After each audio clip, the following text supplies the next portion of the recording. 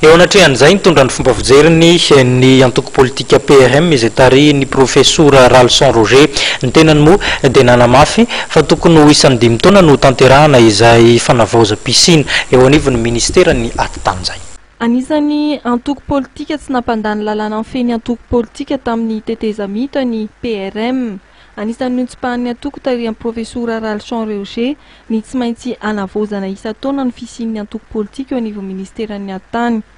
Manamafy ny heviny tokony anavozana isaky ny 5 taona ny fisian'ny antoko politika amin'ny PRM. Na dia izany aza dia manaraka ny lalàna velona eto amin'ny firenena ny PRM, hoy Andriamatoa Ralson Roger, ary anisany nanatanteraka ny fanavozana amin'ny fisiana ny taona 2024. Ny PRM moa izay niforona tamin'ny 2024 dia navita foana ny congrès ary izay moa nitakina koa amin'izy io anatin'ny 5 taona tsy maintsy mavita congrès ka ho fanatanterahana zany ny zavatra takin'ny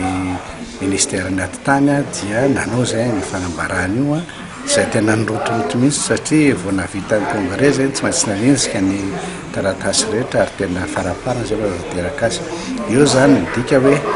io ny fisina maradalàna ny antoko. Zavatra tsikaritra fotsiny dia ohatrany sakana ihany izy io satria matoa antoko ane mitsangana ohatrany anefa hatramin'ny 2024 zany tsy hitaray mihitsy izay olana hoe tokony anavozana n'izy io isa-taona dia io angamba tsara hodinihana ihany mba hoe isaky ny 5 taona angamba dia eo nijerena hoe ao anatin'le 5 taona fe navita fa tsy navita n'le congrès ny fikely antoko dia zay vao mandray ny fepetra ny ministeran'ny aty tany fa raha isa-taona zao sarotsarotra satria afaka isaky ny 5 taona manaovana ny congrès ohatrany tsy dia lojika ihany le izy araka fijeriny antoko politika maro.